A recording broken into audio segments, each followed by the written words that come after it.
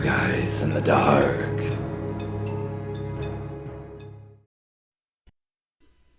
Back in 1976, my mom had worked for the city of Pensacola, Florida. During the graveyard shift, she worked with the computers that did the utility billing and financing. One computer, which handled all the utilities, was in the main city hall building, but the finance computer was in the finance's office, which was in a separate building across the parking lot. She would have to cross the parking lot frequently to go from one computer to another. As networking, as we know, it was just a pipe dream back in those days. Nobody parked in the rear parking lot at night. She parked in the front lot. One particular night, there was a Volkswagen Beetle parked in the lot that she didn't recognize. She saw the driver of the car sitting behind the wheel. He appeared to be asleep, so she thought nothing about it, headed on to the finance building. She came out of the building 1 hour later, and he was still there. However, he noticed her as she was coming out of the financing building. He got out of the car, and then walked towards her. She noticed that he had a cast on his arm, like he had been injured. He was also limping a little bit. He called out to her, asked, "Can you help me with something for a minute?" She had that feeling of dread. Her defenses had gone up. She said that she had to clock back in, but would come right back out. She quickly went up the stairs to the city hall, unlocked the door, got inside just as he approached the bottom of the stairs. She locked the door back. When she looked out the window and the door back at him, something seemed off about him. He had this sinister glare on his face. He seemed to catch himself, and then reset his facial muscles into a more relaxed state and gave a big, friendly smile.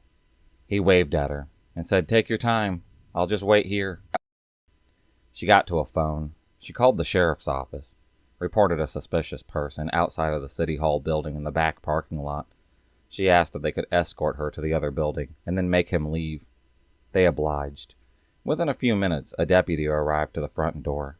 They went out the back, and when the guy saw my mom coming out with the sheriff's department, he hauled ass out of there. The next day, that same Volkswagen was pulled over at a nearby popular restaurant known for their pancakes. Not IHOP, but a local place, for running a stop sign around there. And that is how my mother, one of the only two women who got away from Ted Bundy. So this is kind of third hand, but an old boss went to University of Utah and was in a sorority at the time.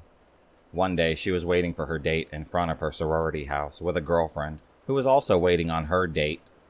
Her girlfriend's date pulls up, but her girlfriend forgets something and then runs back into the house. My former boss chatted to the man for a few moments. She noted that he was polite and very handsome. Her girlfriend comes out, and they leave in his Volkswagen Beetle. My former boss gets picked up by her date a short while later. She thinks nothing about any of this. The next day, she sees her girlfriend and asks how the date was. Her girlfriend says that they started driving in her date's Volkswagen Beetle, and all of a sudden she got a splitting headache. She thought that it was really strange. She felt pretty nauseous. She apologized, asked him to take her back home. He was a little upset, but he dropped her back off. They didn't go out again. Years had passed, and my former boss is watching the news one night and then sees a familiar man on the screen. It happened to have been Ted Bundy. So I find this pretty weird. My mom had ran into Henry Lee Lucas years ago. She was a social worker in a popular place, and she used to pick up candy for her kids, which were clients, before meeting with them.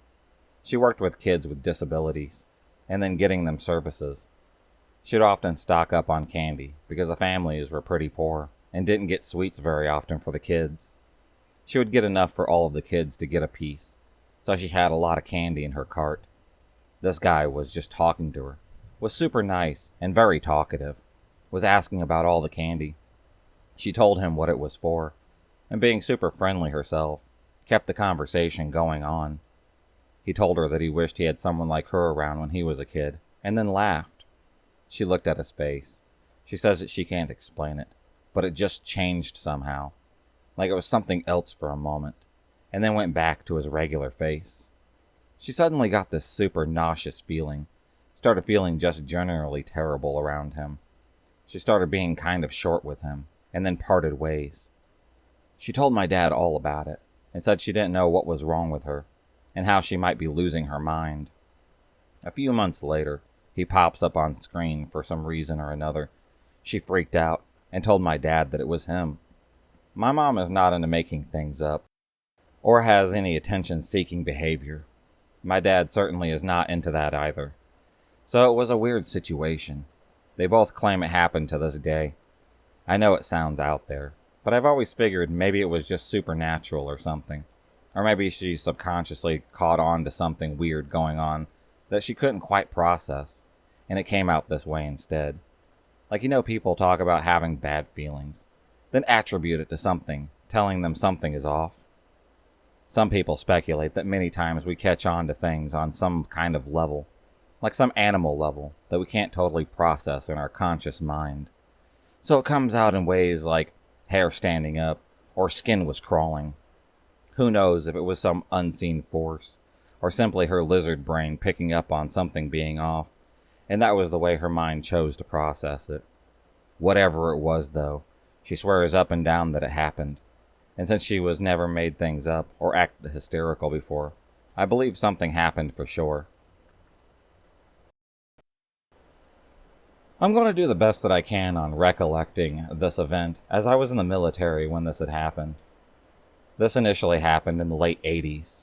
First cousin of mine and his friends were in a park when they saw a guy masturbating by a bridge. Being young teens, they started to make fun of this guy. I believe he tried to get them to come and join him, but eventually he chased them and vowed that if he caught them, he would kill them. They went home, told my uncle, who was probably about 6'5" and was pretty buff. He came back to the park, looked for the guy with them. They don't recall exactly what happened afterwards, but the cops happened to have been called. The guy was found and charged with enticing a child and assault, something along those lines. As my aunt had told me, in 1991, she and my uncle started getting calls from reporters. They were asking about charges against a guy in the news, if his name was familiar to them, and what occurred with their son. My aunt, uncle, and their 3 kids lived in West Alias, Wisconsin at the time. The guy that my cousin and my friends ran into was none other than Jeffrey Dahmer. Cousin ended up on an episode of the Phil Donahue Show with Tracy Edwards, the guy who was intended to be a victim, but escaped and ended up getting Dahmer caught. Now I'm curious. I need to call them to get a refresher of the events since this was almost 30 years ago, and to see if they still have the VHS tape from the show, or if there is something on YouTube about it. I remember my cousin talking about this on the Donahue Show, and being so nervous that I think he confused mimicking and mocking him. I felt bad for my cousin. Interesting enough, on July 26th of 2011, Edwards was arrested and accused of throwing a man off a Milwaukee bridge. My mother and her ex-husband had met John Wayne Gacy. Apparently my mother's ex-husband, before my father, was a very shady character. He was on his way to becoming a junkie and was a big-time dealer. Mom says that she isn't 100% sure that this story was concerning drugs. I disagree with her. Mom's ex-hubby is all-around criminal, and told Mom that they were going to go collect on a debt. They get to this house, and he has a basement blocked off, has concrete mix, and construction things everywhere. They go into his office where he sits behind his desk. This whole time Mom says he is very stereotypical, trying to stall her ex, who was increasingly growing impatient with the situation. Then, John gets a phone call. Without hesitation, he answers it, and kind of starts blowing off my mom and her ex. I should also add that my mom's ex was a super dangerous individual, who was also a bouncer, and a bona fide ass kicker. So from the jump, my mom is worried that he is going to beat the hell out of this guy. So Gacy is on the phone, looking away. Mom's ex slowly walks up, and dramatically takes the phone out of Gacy's hand, slams it on the receiver. Says something cool, but I can't remember what she said. It was along the lines of, "Give me the money now, you motherfucker." Gacy is startled at first, and then gets this really weird look on his face, like he was trying to look crazy or something. tilts his head down while looking at my mom's ex-husband. Then, without saying anything, he grabs a checkbook from a drawer and writes out a check. They leave without any incident. And scene. She says after they left, they were talking about how the guy gave them the creeps. How they would tell that he was dangerous even though he didn't look or act like it. This did not happen to me, but it actually happened to my father. During the 70s, I believe. He was in his late teens, early 20s. He was walking home from work late at night in the middle of winter in Chicago. A car had pulled up alongside him, and with a very distinctive voice said, "Hey, you need a ride somewhere?" My dad had replied no, and kept on walking. He walked a few more steps, and the car pulled up right next to him again. The man inside said, "Are you sure you don't need a ride? It's really cold out. I don't mind dropping you off somewhere." My dad replied once again, "No, but thank you anyways." The car had driven off, and my dad didn't think anything of it until a few months later when he was watching the news and heard that very distinctive voice once again. The man who offered him a ride was John Wayne Gacy, one of the most notorious, brutal serial killers of all time, killing and assaulting around 33 young men in the 70s. When my dad heard on the news that they had caught the killer, and that it was indeed the man who had offered him a ride that one night, he couldn't believe it. He had literally looked the guy in the face. So I had went to high school with DC Sniper Jr. There was the dad, John Muhammad, who stayed at all the men's homeless shelters. And then there was the kid, Lee Boyd Malvo, who went to high school like a normal kid. He was actually pretty nice. I wasn't the coolest cat in town, and I dropped my books and papers one day, and he helped me pick them up. I didn't give him too much of an interaction with him, except for that he was an okay dude. Some of my friends knew him better, and said the same. Malvo left my hometown, went around killing people with his weird surrogate dad for a while, and then he got caught. It was the week before Halloween. My video productions class was filming an investigative story about this ghost clown who lived under the stairs, but was actually just a homeless dude. It's a little chilly out. There's a perfect layer of fog covering the parking lot where we're filming in, kind of helping it look pretty spooky. In the climatic scene, the ghost clown, or homeless guy, jumps onto the hood of a car, and then he is screaming, "I want some beans!" as loud as he can. All of a sudden, a news van from the major market just south of us pulls up. We had all thought that someone had called the cops, or the news or something, to report a crazy clown costume guy who really just wants beans running around the high school. It turns out that they wanted a yearbook, so that they can verify that Malvo went to this high school. We hung around for a while, finished up our shoot.